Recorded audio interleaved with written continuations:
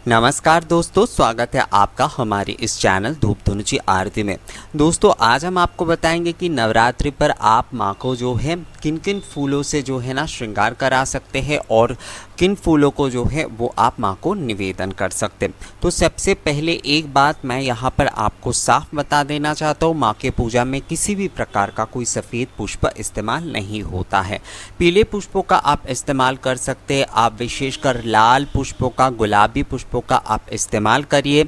और उसके साथ साथ जो है जो नील अपराजिता पुष्प होता है वो आपको इस्तेमाल करना है। बेल के पत्र वो माँ को बहुत पसंद है, वो आप माँ की पूजा में अवश्य इस्तेमाल करिए। अगर समी पत्र आपके वहाँ पर मिलते हैं तो वो भी आप वहाँ पर विशेष रूप से इस्तेमाल कर सकते हैं। अब वैसे कई जगह पर जो है समी के पत्र नहीं मिलते हैं तो वहाँ पर केवल बेल पत्र से पूजा चल सकता है। जहाँ पर बेल पत्र नहीं मिलता है वहाँ पर केवल अगर शमी के पुष्प पत्र मिलते हैं तो शमी के पत्र से भी माँ की पूजा कर सकते हैं। बहुत सारे लोग ये पूछते हैं कि हम लोग कई जगह पर देखते हैं माँ दुर्गा को जो है दुर्बा भी अर्पित किए जाते हैं, पर दुर्बा देने की निषेध भी कई जगह पर कहा जाता है। तो माँ दुर्गा की पूजा में दुर्बा देना निषेध है ऐसा नहीं है, पर जो दुर्बा जो सफ़ेद दुर्बा होता है वो माँ की पूजा में इस्तेमाल नहीं होता है। कृष्ण दुर्बा जो कि बहुत ही कम मिलता है, वही वाले दुर्बा जो है वो माँ के पूजा में इस्तेमाल किए जाते हैं। जो लोग विशेष रूप से महापूजा के आयोजन करते, महास्नान वगैरह करवाते हैं, उनके पूजा में ये जो काले रंग की जो दुर्बा होते यानी कि जो कृष्ण दुर्बा होते हैं उसका इस्तेमाल वो लोग करते हैं।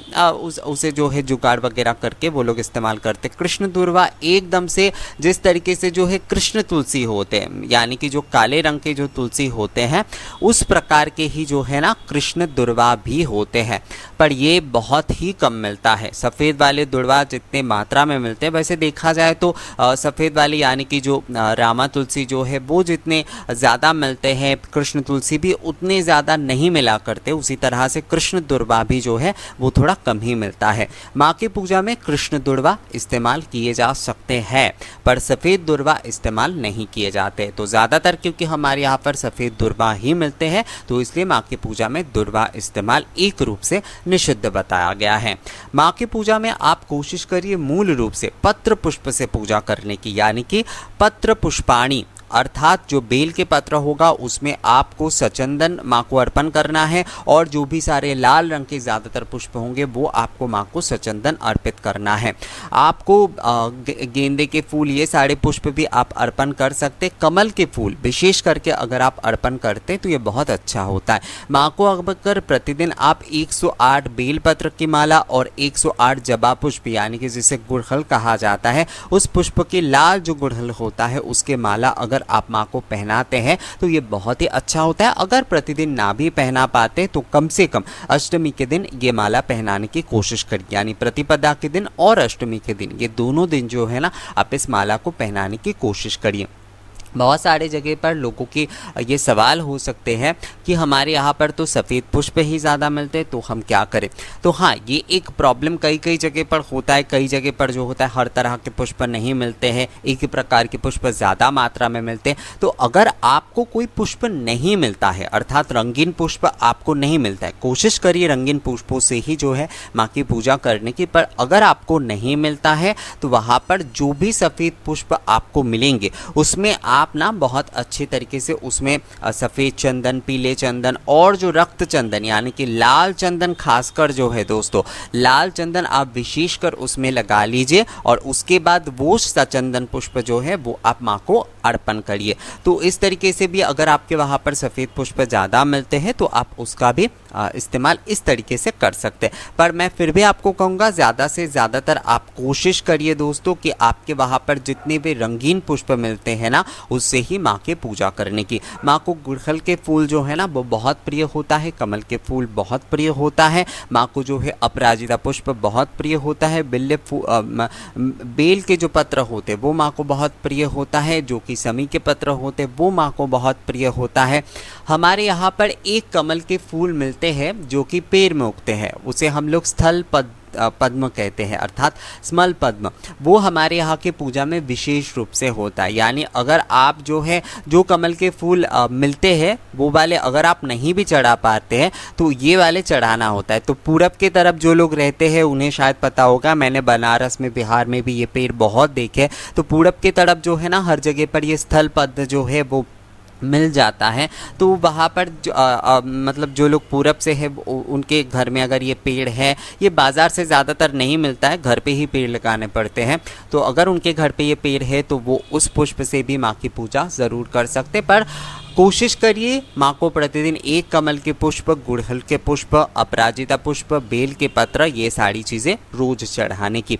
और कई जगह पर जो है केवल गेंदे के फूल ही मिलते हैं, जैसे मैंने सफ़ेद पुष्प के बारे में आपको बताया, उसी तरीके से आप पीले पुष्प यानी कि गेंदे के फूल भी आप उसी तरीके से रक्त चंदन लगाकर जो है वो आप माँ को अर्पण करिए।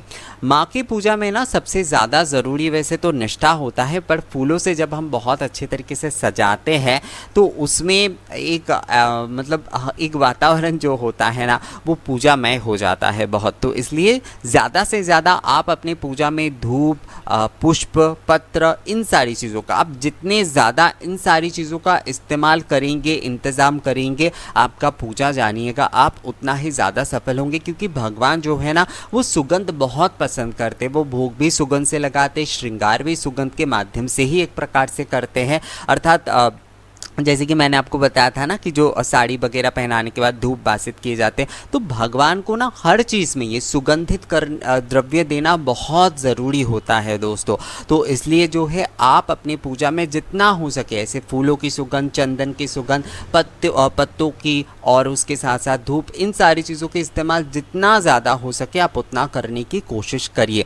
मैं आपको फिर से कहूँगा कि लाल पुष्प जो है वो आप पूजा में ज़्यादा इस्तेमाल करिए और उसके साथ साथ बेल पत्र वो आप इस्तेमाल ज़रूर करिए। माँ को श्रृंगार में भी जैसे जो है ना लाल रंग के वस्त्र ही पहनाने चाहिए, यानी कि कई लोग तो सफ़ेद वाले भी पहनाते हैं, पर उसके किनारे अर्थात जो बॉर्डर होता है वो थोड़ा चटकदार रंगों का होना चाहिए, जैसे लाल, नारंगी या फिर डीप वाले जो पीले रंग होते हैं वो वाला, सनशाइन जो पीले रंग होते हैं वो वाला। तो ऐसी चीज़ों की ना माँ को श्रृंगार करानी चाहिए। और उसके साथ ऐसे ही जो गाढ़े रंग वाले जो पुष्प होते हैं वो आप माँ को हमेशा अर्पण करिए। देखिएगा माँ बहुत ही प्रसन्न होंगे। पुष्प से, धूप से, पत्रों से जब आप माँ को बहुत अच्छी तरीके से श्रृंगार और पूजा करेंगे तो माँ भी खुश हो जाएंगे और आपके मन को भी बहुत एक तृप्ति मिलेगी, बहुत खुशी मिलेगी दोस्तों। तो माँ की पूजा में जितनी हो सके आप उतना फूलों का इस्तेमाल करिए। कहते हैं कि फूलों के पहाड़ होना चाहिए नवरात्रि के 9 दिनों में, और इन सारी फूलों को जो भी पुष्प आप माँ को चढ़ाएंगे ना वो आपको दशमी से पहले बिल्कुल भी विसर्जित नहीं करना है, इस बात का भी आप ध्यान रखिए। तो दोस्तों ये वीडियो आपको कैसा लगा मुझे कमेंट्स करके ज़रूर बताइएगा, और अगर ये वीडियो अच्छा लगा है तो इसे लाइक और शेयर भी ज़रूर कर दीजिएगा। मिलेंगे आपसे अगले वीडियो में नई जानकारी के साथ, तब तक के लिए नमस्कार।